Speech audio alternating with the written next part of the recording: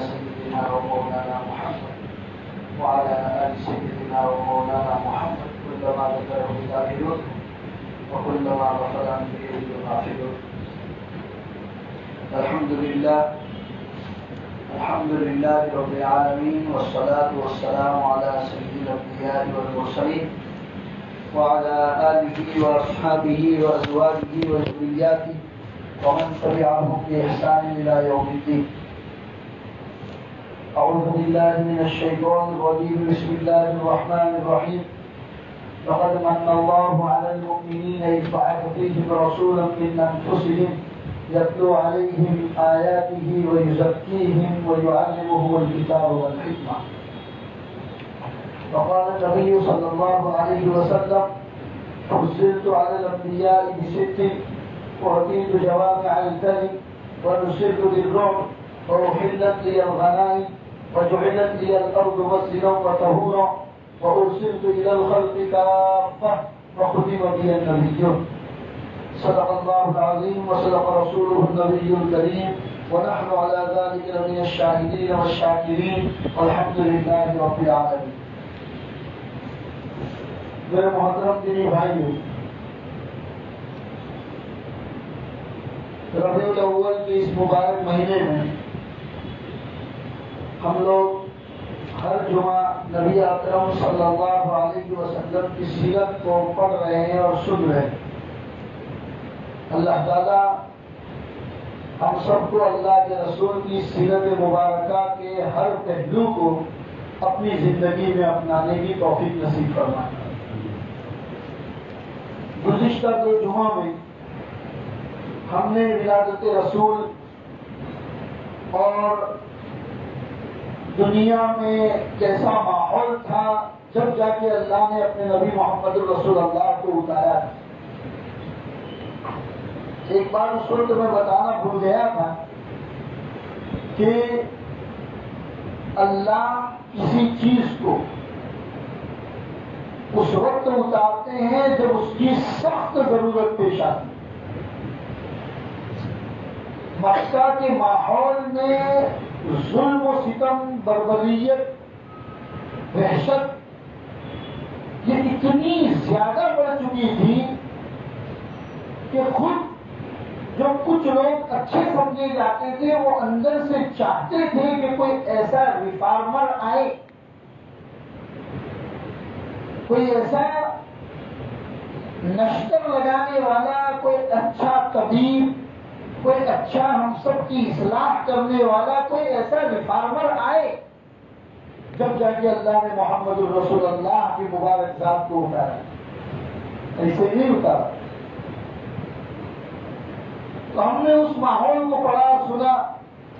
پھر گزشتہ جمعہ کو ہم نے مکہ المکرمہ کی رسول اللہ صلی اللہ علیہ وسلم کی 13 سال کی زندگی کو پڑھا کہ نبوت ملنے کے بعد سے لے کر مکہ کے 13 سال ایک دن بھی امن والا، شانتی والا اللہ کے رسول کو مکہ والوں نے نصیب نہیں ہونے دیے. چین کی نیند تک سونے نہیں دیے. یہ تو اچھا ہے کہ آپ ایک بہت بڑے خاندان سے بلونگ کرتے ہیں. اللہ کے رسول صلی اللہ علیہ وسلم کا جو خاندان تھا قریش خاندان، اور قریش خاندان میں آپ کی فیملی حضرت ابو طالب، عبد المطلب، عبد مناف، یہ جو آپ کی فیملی کا بیک گراؤنڈ تھا وہ اتنا مضبوط تھا کہ دشمن سامنے سے اٹیک کرنے کی ہمت نہیں کرتا. یہ بہت بڑی چیز ہے. اللہ کے رسول تھے، اللہ کے نبی تھے حضرت زکریا علیہ السلام، جن کو آرے سے چھیڑا گیا. قوم جب مارنے کے لیے پیچھے آئی تو ایک درخت کو کہا گیا: درخت تو مجھے چھپا لے. وہ درخت پھٹ گیا. حضرت زکریا اندر چلے گئے. قوم کو پتا چلا، جاتے جاتے ان کے دامن کا ایک چھوٹا سا حصہ درخت کے باہر رہ گیا. قوم کو پتا چل گیا تو قوم نے اس درخت کو چیرنا شروع کیا. اس میں اللہ کے نبی حضرت زکریا علیہ السلام کو چیر دیا. اس وقت ان کے منہ سے جو دعا نکلی تھی، جو آنکھ نکلی تھی اور جو جملہ نکلا تھا وہ کیا تھا کاش کہ میرا خاندان بھی بڑا ہوتا، میرا بیک گراؤنڈ بھی مضبوط ہوتا تو لوگ مجھے مارنے کے لیے نہ آتے۔ اس کے بعد جتنے بھی نبی دنیا کے اندر آئے، اللہ نے کسی نبی کو چھوٹی فیملی کے اندر نہیں اتارا۔ اللہ نے ہر نبی کو ایک ایسے خاندان میں، ایک ایسی فیملی میں اتارا جس فیملی کا بیک گراؤنڈ بڑا مضبوط تھا۔ یہ ضروری ہے۔ اسی لیے مجھے اور آپ کو اگر ہمارا خاندان مضبوط ہے، ہم اگر بڑے خاندان سے تعلق رکھتے ہیں تو یہ بھی اللہ کی بہت بڑی نعمت ہے۔ اس لیے میرے بھائیوں، خاندانوں کو جوڑو، توڑنے کی کوشش مت کرو، کچھ برداشت کرو۔ تمہارے کچھ برداشت کرنے سے اگر خاندان جڑتے ہیں تو اس کو جوڑو۔ بہرحال مکہ کے لوگوں کی ہمت نہیں ہوتی تھی اللہ کے رسول پر ڈائریکٹ اٹیک کرنے، اسی لیے تو جمع ہو کے حضرت ابو طالب کے پاس گئے، جو اللہ کے رسول کے چچا تھے اور اللہ کے رسول صلی اللہ علیہ وسلم کے فلی سپورٹر تھے۔ بہت بہترین سپورٹ تھا ان کو، اور گھر کا سپورٹ حضرت خدیجہ الکبریٰ رضی اللہ تعالی عنہا کا سپورٹ۔ دو سپورٹ اللہ کے رسول کو بڑے مضبوط تھے۔ لوگ جمع ہو کے گئے ابو طالب کے پاس اور کہنے لگے تمہارا بھتیجا محمد بن عبداللہ یہ ہمارے معبودوں کو برا بھلا کہتے ہیں کہ سب معبودوں کی عبادت چھوڑ دو اور ایک اللہ کی عبادت کرو۔ ارے اس کعبہ کے اندر ہم نے 360 بت رکھے ہوئے ہیں، ہر بت الگ الگ ہیں، ہمارے باپ دادا اس کی عبادت کرتے آئے ہیں، برسوں ہم لوگ اس کی عبادت کرتے ہوئے اپنی زندگی گزاری ہے، ہم کیسے ان کو چھوڑ سکتے؟ چچا ابو طالب نے اللہ کے رسول کو بلایا اور کہنے لگے بیٹا یہ لوگ تمہاری شکایت لے کر میرے پاس آئے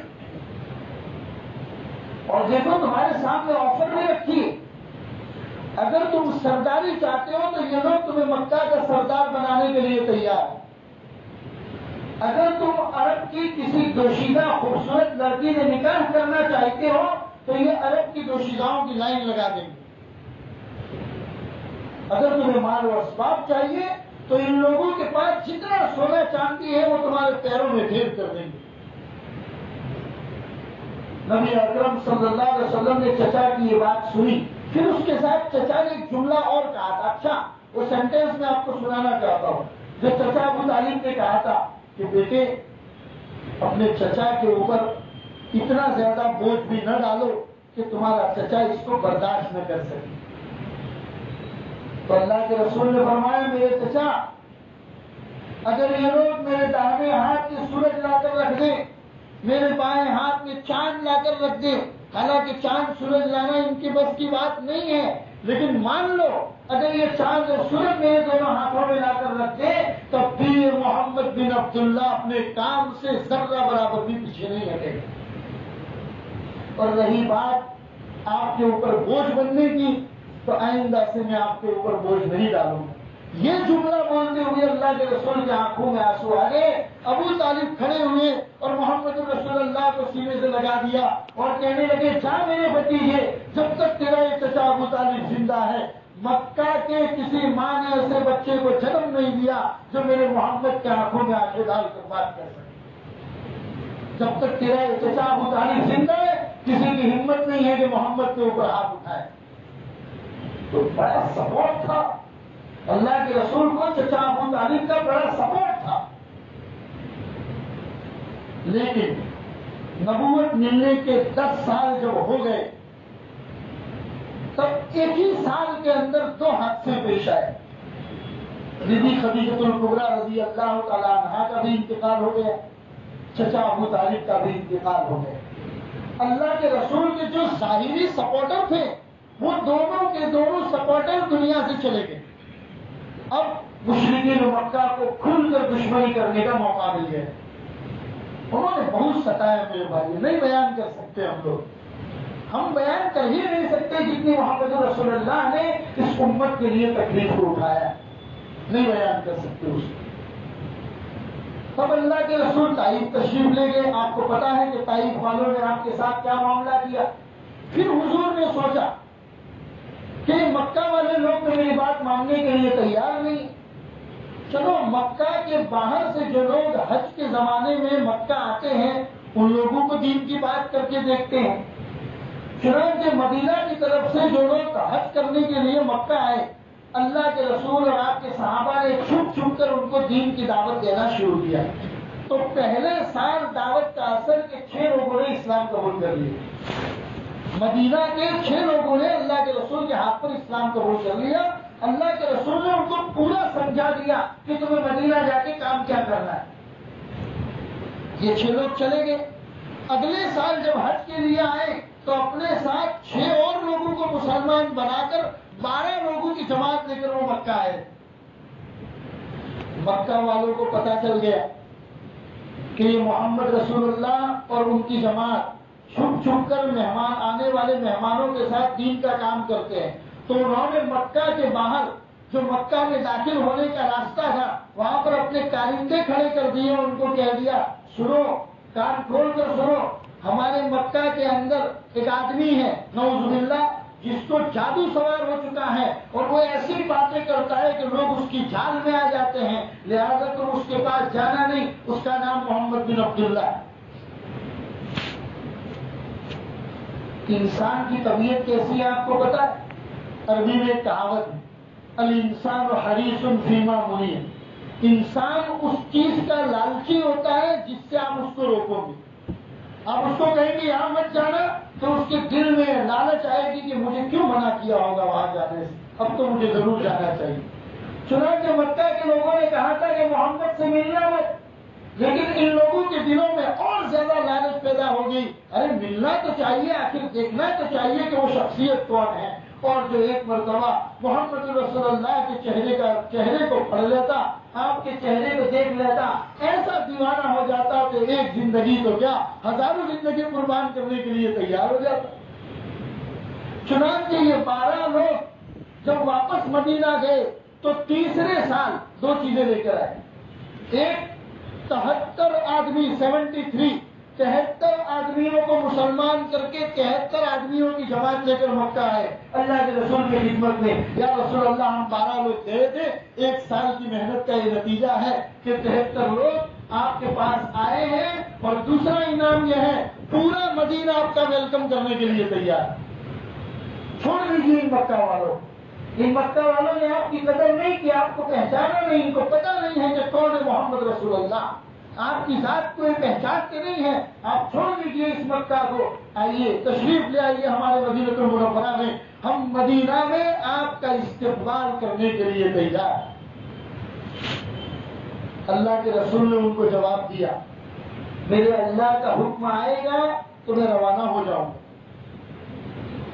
یہاں حضرت ابوبکر صدیق کہتے ہیں مجھے 2-4 دن سے اندر سے ایسا لگنے لگا تھا کہ شاید آج نہ صحیح تو کل نہ صحیح تو پرسوں اللہ کی طرف سے اللہ کے رسول کو ضرور اجازت مل جائے گی مدینہ جانے کی اور ہجرت کرنے کی، اسی لیے میں نے 2 اونٹنیاں خرید کر سامان کے ساتھ تیار رکھی تاکہ میرے رسول جب مجھے آ کے کہے کہ ابوبکر چلنا ہے تو اینی ٹائم ویلکم میں تب چلنے کے لیے تیار، انتظار ہی نہ کرنا پڑے۔ اب مکہ والوں نے دیکھا 73 لوگ ایمان لے کر مدینہ سے آگے، مدینہ سے پیغام لے کر آئے کہ محمد ہمارے پاس آ جاؤ، اب تو ایک کام کرو، آخری لڑائی لڑ لیتے ہیں اس پار یا اس پار، نعوذ باللہ محمد کا قصہ ہی ختم کر دیتے ہیں۔ کسی کی ہمت نہیں ہوئی، اٹیک کرنے جائیں کون؟ تو کہا کہ جتنے خاندان مکہ میں رہتے ہیں ہر خاندان کا ایک مضبوط نوجوان آدمی آئے اور اس کی ٹولی بنا کر محمد رسول اللہ کے گھر کو گھیر لیتے ہیں، صبح جب یہ باہر نکلیں گے ہم ایک ساتھ اٹیک کر دیں گے، اور پورے خاندان کے لوگ جب اٹیک کریں گے تو کوئی ہمارا مقابلہ نہیں کر سکتا۔ اللہ نے اپنے نبی کو وحی کے ذریعے سب بتا دیا۔ ان کو کہاں پتا تھا کہ تم یہاں پلاننگ کرتے ہو اور وہاں اللہ کے وہاں پر بھی ایک پلاننگ ہوتی ہے، وَمَكَرُوا وَمَكَرَ اللَّهُ وَاللَّهُ خَيْرُ الْمَاكِرِينَ، اللہ بہترین پلاننگ کرنے والا ہے۔ اللہ نے اپنے نبی محمد رسول اللہ کو بتا دیا۔ اب گھر کا ماحول کیا تھا کہ مکہ کے لوگ اپنی امانتیں اللہ کے رسول کے پاس چھوڑتے تھے، اور اللہ کے رسول کے گھر میں مکہ والوں کی امانتیں رکھی ہوئی تھی۔ ارے تعجب کی بات تو یہ ہے میرے بھائی، جو لوگ دروازے کے باہر محمد رسول اللہ کو مارنے کے لیے کھڑے ہیں ان کی امانتیں محمد رسول اللہ کے گھر میں رکھی ہوئی. کتنا اللہ نے ان کے اوپر تاریکی، ظلمت، اندھیراپن کا پردہ اتنا ڈال دیا تھا کہ وہ اس آدمی کو مارنے جا رہے ہیں جس انسان کے گھر میں انہوں نے اپنی امانتیں رکھ چھوڑی. اللہ کے رسول نے اپنے بستر پر حضرت علی رضی اللہ تعالیٰ عنہ کو سلا دیا اور فرمایا میں ہجرت کر کے مدینہ جا رہا ہوں، تمہیں اس لیے چھوڑ کر جاتا ہوں کہ ان مکہ والوں کی امانتیں ہمارے پاس. کل اور 2-4 دن میں جب بھی تمہیں موقع ملے یہ مکہ والوں کی امانتیں ان کے سپرد کر لینا اور آپ بھی ہمارے پاس مدینہ منورہ تشریف لے آئیں. اللہ کے رسول دوسرے راستے سے حضرت ابوبکر صدیق کے گھر گئے. دروازہ کھٹکھٹایا. حضرت ابوبکر گویا کے دروازے پہ کھڑے تھے. دروازہ کھولا یا رسول اللہ. حضور نے فرمایا ابوبکر جاگ رہے ہو؟ کہا یا رسول اللہ میرے دل میں ایسا تھا آج کل اللہ کا حکم آئے گا آپ نکلیں گے. مجھے ایسا لگا کہیں ایسا نہ ہو کہ میرے رسول کو 1 سے زیادہ 2 مرتبہ آواز لگانی پڑے، ابوبکر کو بستر سے کھڑے ہونے میں دیر لگ جائے، اس لیے میں دروازے پر ہی کھڑا تھا تاکہ میرے رسول آئے اور میں ان کے سامنے موجود ہوں. کہا اللہ نے ہجرت کا حکم دے دیا. یا رسول اللہ 2 اٹھنیاں سامان کے ساتھ تیار کری. اللہ کے رسول حضرت ابوبکر صدیق کے ساتھ مدینہ منورہ کے لیے روانہ ہو چکے. جو عام رستہ تھا اس رستے کو چھوڑ کر اللہ کے رسول روانہ ہوئے تھے پہاڑی والے رستے سے. اللہ اکبر. میرے بھائیوں آج کل ہم لوگ جب مکہ سے باہر نکل کر اس پہاڑ کو دیکھتے ہیں جس میں غار ثور ہے، جس میں اللہ کے رسول 3 دن تک اللہ کے رسول چھپ کر رہے تھے. غار ثور میں اتنا اونچا پہاڑ، اور جو گائیڈر قسم کے لوگ ہوتے ہیں وہ ہمیں بتاتے ہیں کہ وہ پورا جو پہاڑ نظر آتا ہے وہاں پر غار ثور ہے اور وہاں اللہ کے رسول صلی اللہ علیہ وسلم 3 دن چھپ کر رہے. کیسے ہجرت کی ہوگی پہاڑوں کے راستے. بہرحال اللہ کے رسول صلی اللہ علیہ وسلم یہاں سے ہجرت کر کے مدینہ کی طرف روانہ ہو چکے. مدینہ والوں کو پتا چل گیا اللہ کے رسول تشریف لانے والے ہیں. کیا مرد، کیا عورت، کیا جوان، کیا بوڑھا، کیا بچہ صبح سے لے کر شام تک مدینہ کے باہر نکل کر درختوں کے اوپر چڑھ کر اللہ کے رسول کا انتظار کرتے ہیں. چنانچہ مدینہ سے کچھ کورس پہلے قبا نام کی ایک جگہ ہے، وہاں پر اللہ کے رسول صلی اللہ علیہ وسلم نے کچھ دن قیام فرمایا اور اسلام کی پہلی مسجد کی بنیاد ڈالی جس کو مسجد قبا کہا جاتا ہے. اور اس کا ثواب کتنا ہے کہ اگر آپ مدینہ میں جہاں آپ عمرہ کرنے کے لیے جاتے ہیں ہوٹل میں رکتے ہیں، اگر آپ اپنے ہوٹل سے وضو کر کے مسجد قبا میں جا کر 2 رکعت نماز پڑھ کے واپس آتے ہیں 1 عمرہ کرنے کا ثواب ملتا ہے. 5 ریال خرچہ ہوتا ہے آنے جانے کا. 5 ریال اپنے روم سے وضو کر کے جاؤ، مسجد قبا میں 2 رکعت نماز پڑھو اور وہاں سے واپس آ جاؤ. آپ کو 1 عمرہ کرنے کا ثواب ملتا ہے، اس لیے کہ یہ اسلام کی پہلی مسجد تھی جس کے اللہ کے رسول نے اپنے ہاتھوں سے بنیاد ڈالی. پھر اس کے بعد اللہ کے رسول صلی اللہ علیہ وسلم مدینہ منورہ کی طرف روانہ ہوتے ہیں اور مدینے کے لوگ خوشی میں اللہ کے رسول کے آنے کی خوشی میں اشعار پڑھ رہے ہیں. طلع البدر علینا من ثنیات الوداع وجب الشکر علینا ما دعا للہ داعی ایھا المبعوث فینا جئت بالامر المطاع. کہ بدر کہتے ہیں 14 کے چاند کو. جب اردو تاریخ 14-15 اردو تاریخ ہو جاتی ہے تو رات کا چاند جب مکمل ہو جاتا ہے اس کو عربی میں بدر کہتے ہیں. یہ لوگ اللہ کے رسول کو بدر سے تشبیہ لے رہے ہیں کہ بھئی پہاڑوں کے پیچھے سے 14 کا چاند نظر آیا ہے ہمارے لیے. اور چھوٹے چھوٹے بچے، عرب کی چھوٹی چھوٹی بچیاں اللہ کے رسول کی شان میں یہ اشعار پڑھ رہی ہیں. طلع البدر علینا من ثنیات الوداع وجب الشکر علینا ما دعا للہ داعی. یہ داعی جو باتیں ہمارے پاس لے کر آئے ہیں اس پر تو ہمیں شکر ادا کرنا واجب ہے. ایھا المبعوث فینا جئت بالامر المطاع. اے اللہ کے وہ رسول جو آپ ہم میں بھیجے گئے ہیں، آپ جو چیز لے کر آئے ہیں اس کی پیروی کرنا ہماری ذمہ داری. چھوٹے چھوٹے بچے اللہ کے رسول کی شان میں یہ اشعار پڑھ رہے ہیں. اللہ کے رسول مدینہ منورہ میں تشریف لے گئے. حضرت ابو ایوب انصاری رضی اللہ تعالیٰ عنہ کے گھر پر قیام کیا. اور مدینہ میں قیام کرنے کے بعد سہل اور سہیل نام کے 2 بھائی تھے، چھوٹے بچے تھے، پورے بالغ بھی نہیں ہوئے تھے. ان کی ایک زمین تھی، اس زمین کے اوپر مسجد نبوی کی بنیاد ڈالی. مکہ کے لوگوں نے اللہ کے رسول کو 550 کلومیٹر دور مدینہ المنورہ میں بھی چین سے رہنے نہیں دیا. 10 سال میں آج اللہ کے رسول کی 10 سالہ مدینہ المنورہ کی زندگی کا ایک خاکہ آپ کے سامنے پیش کرنے کی کوشش کرتا ہوں کہ ان 10 سالہ زندگی میں بھی مکہ کے لوگوں نے اللہ کے رسول کو کبھی چین سے رہنے نہیں دیا، اور اللہ کے رسول نے جیسا بہیو کیا ان کے سامنے، آپ اس سے اندازہ لگائیں گے کہ ہمیشہ محمد الرسول اللہ کی نظر دنیا کی امن اور شانتی پر تھی. اللہ کے رسول نے یہ پیغام دیا کہ ہماری ذات سے کبھی امن اور شانتی پر بگاڑ نہیں آنا چاہیے. چنانچہ پہلے ہی سال مکہ والوں کو پتا چلا کہ مدینہ میں جا کے محمد رسول اللہ اور آپ کے ماننے والے صحابہ عیش و آرام سے رہ رہے ہیں، لہٰذا ان کے عیش و آرام کو رہنے کو قربان کرنا چاہیے. چنانچہ انہوں نے ایک فوج تیار کی، اور فوج تیار کر کے سن ہجری 2 کے اندر جو پہلا اٹیک مدینہ المنورہ پر کیا، جن کو غزوہ بدر کے نام سے یاد کیا جاتا ہے، جس میں مسلمان صرف 313 اور وہاں پر 1000 کا لشکر. اللہ نے اس میں بھی مسلمانوں کو فتح عطا فرمائی. سن ہجری 3 میں، کیونکہ سن ہجری 2 میں جو پہلا غزوہ بدر جو پہلی جنگ ہوئی تھی، اس میں عرب کے بڑے بڑے سردار مارے گئے تھے، تو ان کے خاندان کے لوگ چین سے بیٹھنے والے نہیں تھے، اور انہوں نے اس وقت کہا کہ آئندہ سال ہم دوبارہ حملہ کریں گے. چنانچہ دوسرے سال سن ہجری 3 میں انہوں نے دوبارہ مدینہ المنورہ پر چڑھائی کی، غزوہ احد کے نام سے، اور احد پہاڑی کے قریب وہ جنگ لڑی تھی، جس میں پہلے مسلمانوں ہی کو فتح ہوئی. لیکن ایک چوک ہو گئی. اللہ کے رسول نے 50 صحابہ کو ایک ٹیلے پر تیار کیا تھا، کھڑا کیا تھا. اللہ کے رسول نے فرمایا تھا کہ جب تک میں نہ کہوں تب تک وہاں سے ہٹنا مت. ان کو ذرا مس انڈرسٹینڈ ہو گئی، سمجھنے میں بھول ہو گئی. وہ یہ سمجھنے لگے کہ مسلمانوں کو فتح مل گئی ہے، اس لیے انہوں نے اپنا مورچہ چھوڑ دیا. وہاں سے وہ واپس آ گئے. دشمن جو بھاگا تھا اس نے پیچھے سے پورا لمبا نکل کر دوبارہ پیچھے سے حملہ کر دیا، اور مسلمانوں کا نقصان ہو گیا. یہ سن ہجری 3 کے اندر ہوا. پھر اس کے بعد سن ہجری 4 کے اندر ان کی طرف سے کچھ ہوا نہیں.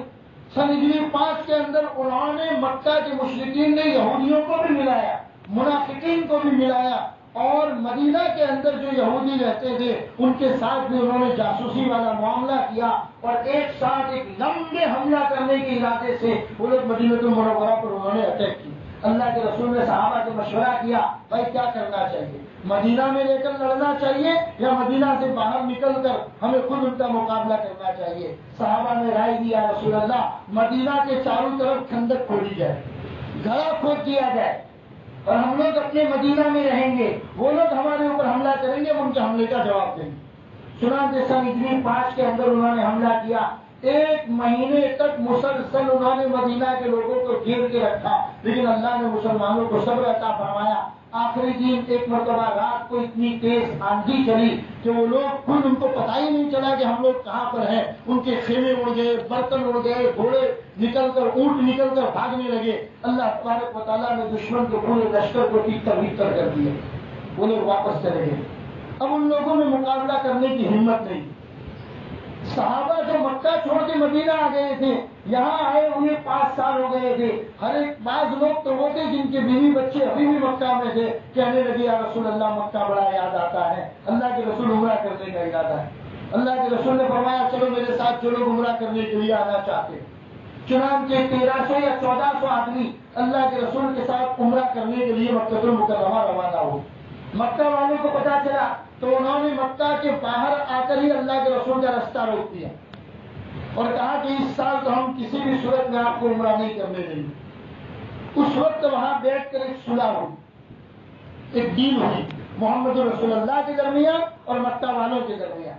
انہوں نے ڈیل کی اللہ کے رسول صلی اللہ علیہ وسلم کے ساتھ، اور اس میں ایسی کڑی شرطیں لگائی کہ صحابہ کہنے لگے یا رسول اللہ الیس محمد الحق، کیا آپ سچے نبی نہیں ہیں؟ الیس حق، کیا ہم لوگ حق پر نہیں ہے کہ وہ لوگ کیسی شرطیں لگاتے اور ہم لوگ مان لیتے؟ مثلا انہوں نے شرطیں لگائی، اس سال تو آپ واپس چلے جاؤ، ہم لوگ آپ کو اندر مکہ میں جانے کی اجازت نہیں دیں گے۔ آئندہ سال آؤں گے وہ بھی 3 دن کے لیے مکہ میں جانے دیں گے، 3 دن سے زیادہ مکہ میں آپ کو رہنے کی اجازت نہیں ہوگی۔ تیسری شرط، ہتھیار کے ساتھ آپ کو مکہ میں جانے کی اجازت نہیں ہوگی۔ چوتھی شرط، ہمارا کوئی آدمی مکہ سے بھاگ کر مدینہ آتا ہے آپ کو واپس کرنا پڑے گا، اگر آپ کا آدمی بھاگ کر ہمارے پاس آتا ہے ہم واپس نہیں کریں گے۔ ایسی بہت ساری شرطیں لگائی، اور جب شرطیں کاغذ کے اندر لکھ دی تو لکھنے کے بعد جب انہوں نے کہا کہ سنائیے، تو اللہ کے رسول صلی اللہ علیہ وسلم نے صحابی کو فرمایا کہ پڑھ کر سناؤ۔ ہیڈنگ میں لکھا ہوا تھا کہ یہ ڈیل محمد الرسول اللہ اور مکہ والوں کے بیچ میں ہے۔ تو انہوں نے کہا کہ یہ محمد، اگر ہم آپ کو رسول اللہ مانتے تو لڑائی نہیں تھی، ہم آپ کو رسول اللہ نہیں مانتے اسی بات کی تو لڑائی ہے، لہٰذا یہ جو ڈیل ہے اس کے اوپر جو لکھا ہوا ہے رسول اللہ اس کو مٹا دو۔ اللہ کے رسول نے حضرت علی کو فرمایا علی رسول اللہ کو مٹاؤ۔ حضرت علی نے کہا یا رسول اللہ مجھ سے یہ کام نہیں ہوگا۔ حضور نے فرمایا بتاؤ مجھے رسول اللہ لکھا ہوا کہاں ہے؟ اللہ کے رسول نے قلم اپنے ہاتھ سے لیا اور خود اپنے ہاتھ سے لفظ رسول اللہ کو مٹا دیا۔ یعنی یہ سب کیوں کیا میرے بھائی؟ کیا یہ 1200-1300 آدمی بہادر نہیں تھے؟ یہ مکہ کے بہترین شہسوار تھے، بہترین لڑاکو تھے، اگر چاہتے تو ان کا مقابلہ کر سکتے تھے، لیکن اللہ کے رسول صلی اللہ علیہ وسلم مکہ کی آب و ہوا اور مکہ کے امن کی فضا کو خراب کرنا نہیں چاہتے، چنانچہ واپس آ گئے۔ اس کے بعد بھی ان لوگوں نے ایک اور مرتبہ خیبر کے اندر اللہ کے رسول صلی اللہ علیہ وسلم سے لڑائی کی، اور جب سن ہجری 8 ہوا تب اللہ کے رسول صلی اللہ علیہ وسلم نے مکہ کو فتح کرنے کا ارادہ کر لیا۔ اب مسلمانوں کا لشکر 10,000 کا لشکر ہو چکا تھا۔ اللہ کے رسول صلی اللہ علیہ وسلم مکہ کو روانہ ہوئے، بڑا لمبا واقعہ میں مختصر کر کے بیان کرتا ہوں۔ مکہ فتح ہو گئی۔ جب مکہ میں داخل ہوئے تو کچھ نوجوان صحابی جوش کے اندر آ کر کہنے لگے الیوم یوم الملحمہ، آج تو بدلے کا دن ہے، ہم بدلہ لیں گے۔ اللہ کے رسول نے ان کو بلایا اور کہا میرے بھائی کیا اعلان کرتے ہو؟ الیوم یوم الملحمہ، الیوم یوم الملحمہ لا تثریب علیکم اليوم انتم الطلقاء، ارے جاؤ تم سب آزاد ہو، آج تو رحم و کرم کا دن ہے، تمہارے اوپر کسی قسم کی کوئی زبردستی نہیں ہوگی۔ اللہ کے رسول نے فرمایا ومن القى السلاح فهو آمن ومن دخل دار ابی سفیان فهو آمن ومن اغلق الباب فهو آمن، جو اپنے گھر کے دروازہ بند کر دے گا اس کو امن ہے، جو اپنے ہتھیار ڈال دے گا اس کو امن ہے، جو ابو سفیان کے گھر میں گھس جائے گا اس کو بھی امن ہے، ہم اس کا کچھ نہیں کریں گے۔ بہرحال مکہ فتح ہو گئے۔ سن ہجری 9 کے اندر اللہ کے رسول صلی اللہ علیہ وسلم حنین وغیرہ کا واقعہ پیش آیا، اور جب سن ہجری 10 ہوا تب اللہ کے رسول صلی اللہ علیہ وسلم نے آخری حج کرنے کا ارادہ کیا۔ اب لوگوں کو پتا چلا کہ محمد الرسول اللہ مدینہ سے مکہ حج کرنے کے لیے جا رہے ہیں، انسانوں کا سمندر گویا کہ امنڈ پڑا اللہ کے رسول کے ساتھ حج کرنے کے لیے۔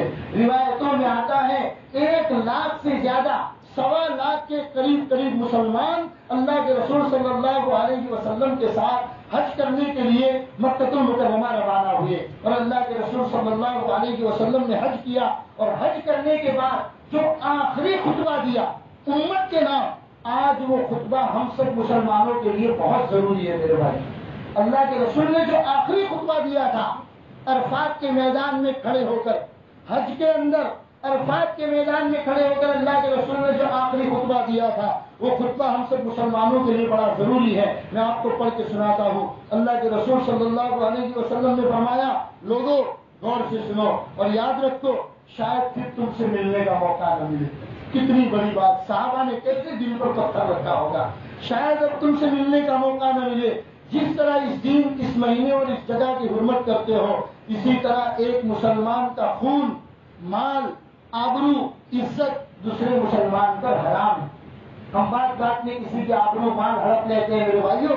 اللہ کے رسول آخری موقع پر کیا فرما رہے ہیں؟ اللہ تعالیٰ تمہارے ہر کام کا حساب لے گا، دیکھو میرے بات گمراہ نہ ہونا۔ اللہ کے رسول فرما رہے دیکھو میرے بات گمراہ نہ ہونا کہ ایک دوسرے کی گردن مارنے لگو، جس طرح تمہارے حق عورتوں پر ہیں اسی طرح عورتوں کے حق بھی تمہارے اوپر.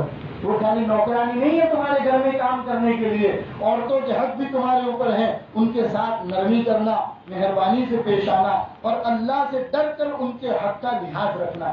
غلاموں اور نوکروں کے ساتھ اچھا سلوک کرنا, جو خود کھانا انہیں کھلانا, جو خود پہننا انہیں پہنانا, اور ان سے کوئی غلطی ہو جائے تو معاف کر دینا یا پھر انہیں الگ کر دینا, اس لیے کہ وہ بھی اللہ کے بندے ہیں. ان کے ساتھ سختی مت کرنا. آگے فرماتے ہیں نہ عربی کو اجمی پر فضیلت ہے نہ اجمی کو عربی کے اوپر فضیلت ہے. دیکھو نا انصافی مت کرنا. میں تمہارے پاس ایک ایسی چیز چھوڑ کر جاتا ہوں جس کو اگر تم مضبوطی کے ساتھ پکڑ کر رکھو گے تو تم کبھی گمراہ نہیں ہوں گے, اور وہ ہے قرآن. اللہ کے رسول فرمانے قرآن تمہارے پاس چھوڑ کے جاتا ہوں. پھر فرمایا عمل میں اخلاص, مسلمان بھائیوں کے آپس میں خیر خائی, جماعت میں آپس میں اتحاد میل جول, یہ تین باتیں ایسی ہیں کہ جو ان کو پاک رکھتی ہیں. تم لوگوں کو چاہیے کہ میری باتیں ان لوگوں کو پہنچا دو جو یہاں موجود نہیں. اللہ کے رسول 1.25 لاکھ آدمی کے مجمع کو خطاب کر کے اللہ کے رسول فرما رہے ہیں کہ تمہاری ذمہ داری ہے کہ تم میری باتیں ان لوگوں تک پہنچا دو کہ جو یہاں پر موجود نہیں ہے. آگے اللہ کے رسول فرما دو خطبہ جب ختم ہوا تو اللہ کے رسول نے وعدہ لیا, اے مسلمانوں کیا میں نے اللہ کا پیغام تم کو پہنچا دیا؟ تو تمام صحابہ نے ایک زبان میں کہا کہ یا رسول اللہ آپ نے اپنا پیغام پورا پہنچا دیا. اللہ نے آیت اتار دی, اللہ نے سکہ لگا دیا, الیوم اکملت لکم دینکم واتممت علیکم نعمتی ورضیت لکم الاسلام دینا. محمد آپ نے اپنا کام کر دیا ہے. تو اس کے بعد اللہ کے رسول صلی اللہ علیہ وسلم جو حج سے واپس ہوئے, حج کے واپس آنے کے بعد میرے بھائیوں کچھ دنوں کے بعد آپ کی طبیعت بگڑنے لگی, بخار زیادہ سوار ہو گیا, اور کچھ ہی دنوں کے اندر پیر کے دن اللہ کے رسول صلی اللہ علیہ وسلم اپنے اللہ کو پیارے ہو گئے اور دنیا سے پردہ فرما دیا. نبی جتنے بھی دنیا میں آئے وہ تمام کے تمام نبی اپنی قبروں میں زندہ ہیں. یہ مسلمانوں کا عقیدہ ہے میرے بھائیوں. جتنے نبی دنیا میں تشریف لائے وہ تمام انبیاء اپنی قبروں کے اندر زندہ ہیں. اور جب بھی ہم لوگ روزہ رسول پر حاضر ہوتے ہیں اور الصلاۃ والسلام علیک یا رسول اللہ کہہ کے اللہ کے رسول کو جب صلاۃ و سلام پیش کرتے ہیں, اللہ کے رسول ڈائریکٹلی ہمارے سلام کا جواب دیتے ہیں. میرے بھائی ربیع الاول کا مہینہ ہے, اس ربیع الاول کے مہینے کا ہمارا یہی پیغام ہے, زیادہ سے زیادہ جتنا ہو سکے زیادہ سے زیادہ آپ اللہ کے رسول کے اوپر صلاۃ و سلام پڑھ کے بھیجا کریں. آپ کو زیادہ بڑا لمبا صلاۃ و سلام نہیں آتا ہے تو کم از کم صلی اللہ علیہ وسلم, یہ بھی صلاۃ و سلام ہے. صلی یہ صلاۃ ہے, سلم یہ سلام ہے. صلی اللہ علیہ وسلم چھوٹا سا جملہ ہے, یہ بہت بڑا درود ہے میرے بھائی. جتنا ہو سکے میں نے اپنے گھر کے اندر میرے پاس پڑھنے والے بچوں کو کہا کہ ربیع الاول کے مہینے میں آپ لوگوں کو کمپٹیشن کرنا ہے, کون زیادہ سے زیادہ صلاۃ و سلام اللہ کے رسول کے اوپر پڑھ کے بھیجتا ہے. تو چھوٹے چھوٹے 10-12 سال کے بچے شام کو جب مغرب کے بعد حساب لیتا ہوں تو کہتے ہیں مولانا 20,000 مرتبہ پڑھا, کوئی کہتا ہے 30,000 مرتبہ پڑھا. ایک بچہ MP کا تھا, عبدالرحمان نام کا میرے پاس پڑھتا ہے, 11 سال کی عمر ہے. وہ بچہ کہتا ہے مولانا میں نے 50,000 مرتبہ پڑھا. گھڑی لائے 50,000 مرتبہ صلاۃ و سلام اللہ کے رسول صلی اللہ علیہ وسلم کو پڑھا جاتا ہے. میرے بھائیوں مسلمانوں زیادہ سے زیادہ صلاۃ و سلام اس ربیع الاول کے مہینے میں پڑھو گے, اس کی برکت سے 11 مہینے ہمیں توفیق ہوگی اللہ کے رسول صلی اللہ علیہ وسلم پر کثرت سے درود پڑھنے کی. لہٰذا زیادہ سے زیادہ درود و سلام پڑھو. اس کا 2 فائدہ ہے. کل قیامت کے دن ہم سب کو اللہ کے رسول کی سفارش کی ضرورت ہے. ہم نے زیادہ صلاۃ و سلام پڑھا ہوگا, اللہ کے رسول اللہ کے سامنے کہیں گے کہ یہ تو میرا امتی ہے, اس نے میرے اوپر صلاۃ و سلام پڑھا تھا, اس کی سفارش میں کرتا ہوں. لہٰذا میرے بھائیوں کثرت سے صلاۃ و سلام پڑھنی چاہیے. دوسری اہم اور ضروری بات جو تھی وہ یہ تھی کہ بابری مسجد کے فیصلے کو لے کر ہمارے مسلمان آپس میں بہت ساری باتیں کرتے ہیں. ہم تو پہلے ہی دن سے کہتے تھے کہ سپریم کورٹ کی طرف سے جو بھی فیصلہ آئے گا مسلمان اس کو منظور کریں گے. مسلمان سپریم کورٹ کا ہندوستان کی عدالت عظمیٰ ہے, بہترین بہت بڑی ہندوستان کی عدالت ہے, اسی لیے مسلمان اس کو بہت احترام کی نگاہ سے دیکھتا ہے. اس کے فیصلہ جو آیا ہے اس فیصلے کو بھی احترام کی نگاہ سے دیکھتا ہے. لیکن اس بات کی شکایت ضرور رہے گی کہ آپ نے فیصلہ جو بھی کیا ہے وہ کس انداز میں کیا ہے وہ میرا اللہ بہتر طریقے سے جانتا ہے. یہ تو زمینی فیصلہ تھا، آسمان کے فیصلے کا انتظار کرو. اللہ دیکھ رہا ہے. تمہارے اوپر قرآن کریم کی آیت ثابت آتی ہے جس میں میں آیت آپ کو پڑھ کے سناتا ہوں. اللہ تبارک و تعالیٰ فرماتے ہیں وَمَنْ أَظْلَمُ مِمَّنْ مَنَعَ مَسَاجِدَ اللَّهِ أَنْ يَذْكُرَ فِيهَا اسْمُهُ. اللہ فرماتے ہیں اس سے بڑا ظالم آدمی کون ہوگا؟ وَمَنْ أَظْلَمُ مِمَّنْ مَنَعَ مَسَاجِدَ اللَّهِ. اس سے بڑا ظالم آدمی کون ہوگا جو کسی انسان کو اللہ کے گھر میں اللہ کا نام لینے سے روکے، وَسَعَىٰ فِي خَرَابِهَا، اور اس کو مٹانے کی کوشش کرے. اس سے بڑا ظالم آدمی کون ہوگا؟ أُولَٰئِكَ مَا كَانَ لَهُمْ أَن يَدْخُلُوهَا إِلَّا خَائِفِينَ. اللہ فرماتے یہ لوگ جب بھی اس جگہ میں داخل ہوں گے ان کے دلوں میں اللہ کا ڈر پیوستہ ہو جائے. ارے تم صحیح ڈھنگ سے پوجا پاٹ بھی نہیں کر سکو گے. اللہ میں نہیں کہہ رہا ہوں، قرآن کہہ رہا ہے، میرا اللہ کہہ رہا ہے. اللہ فرماتے ہیں أُولَٰئِكَ مَا كَانَ لَهُمْ أَن يَدْخُلُوهَا إِلَّا خَائِفِينَ. جب بھی یہ لوگ اس جگہ میں داخل ہوں گے ان کے دلوں میں ڈر پیدا ہو جائے گا. اور آخری جملہ اللہ تبارک و تعالیٰ نے فرمایا ہے تمام مسلمانوں کی دل کے درد کو ٹھنڈا کرنے کے لیے قرآن کریم کی آیت کافی ہے میرے بھائیوں. اللہ فرماتے لہم فی الدنیا خزی ولہم فی الآخرۃ عذاب عظیم. اس دنیا میں ان لوگوں کے لیے رسوائی ہے اور کل قیامت کے دن ان کے لیے دردناک عذاب. یہ دونوں چیزیں ان پر ہوگی. ہم مسلمان ہیں، ہم اس تمام ہندوستان کے مسلمانوں کو شاباشی دیتے اس بات پر کہ مسلمانوں نے صبر کا دامن پکڑے رکھا، ہندوستان کی فضا کو خراب کرنے کی کوشش نہیں کی. تمام مسلمان ایک ساتھ شکریہ کے مستحق ہیں میرے بھائیوں. اللہ تبارک و تعالیٰ ہمیں صبر کی توفیق عطا فرمائے. لیکن اس سے بھیتر جو ذمہ داری اور اہم بات ہے وہ یہ ہے کہ جتنا ہم بابری مسجد کو فیصلے کو لے کر اتاولے تھے اتنے زیادہ اتاولے اگر اپنے علاقے کی مسجد کو آباد کرنے میں ہو جاتے تو ایسا مسئلہ ہندوستان کی کسی مسجد کا آئندہ کبھی بھی پیش نہیں آئے گا میرے بھائی. لہٰذا اپنی مسجدوں کو آباد کرو.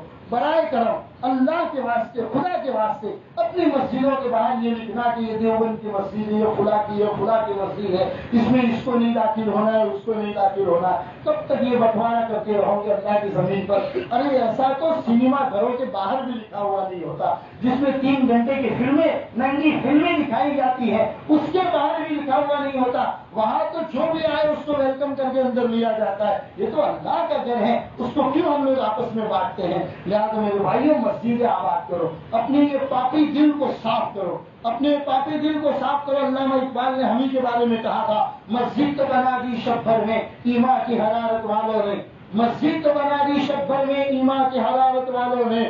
من اپنا پرانا پاپی تھا، برسوں میں نمازی بن نہ سکا. برسے ہو گئے، ایک نماز بھی صحیح طریقے سے ہمیں پڑھنے کی توفیق نہیں ہوئی. لہٰذا میرے بھائیوں اپنی مسجدوں کو آباد کرو. آپ کو آپ کے صبر کا بدلہ اللہ تبارک و تعالیٰ عرش معلیٰ سے عطا فرمائے گا. اور انشاءاللہ آئندہ جب بھی تاریخ لکھی جائے گی، تاریخ ہم مسلمان قوم کو کبھی مسجد دیکھنے والی قوم سے کبھی تعبیر نہیں کرے گی. اللہ ہمیں صبر کو عطا فرمائے. ہندوستان ایک عظیم ملک ہے. اللہ اس ملک کے امن اور شانتی، بھائی چارے، محبت، مودت، ان تمام چیزوں کو اللہ اخیر تک باقی رکھے. اور ایک وقت ضرور ایسا آئے کہ ہندوستان کے ہر کونے سے قال اللہ اور قال الرسول کی صدائے بلند ہو. ایسی ہم دعا کرتے ہیں محمد رسول اللہ پر صلاۃ و سلام کے ساتھ. یا ربی صلی وسلم دائما ابدا، یا ربی صلی وسلم دائما ابدا علی حبیبک خیر الخلق کلہم، وصلی اللہ علی النبی الکریم وعلی آلہ واصحابہ اجمعین برحمتک یا ارحم الراحمین.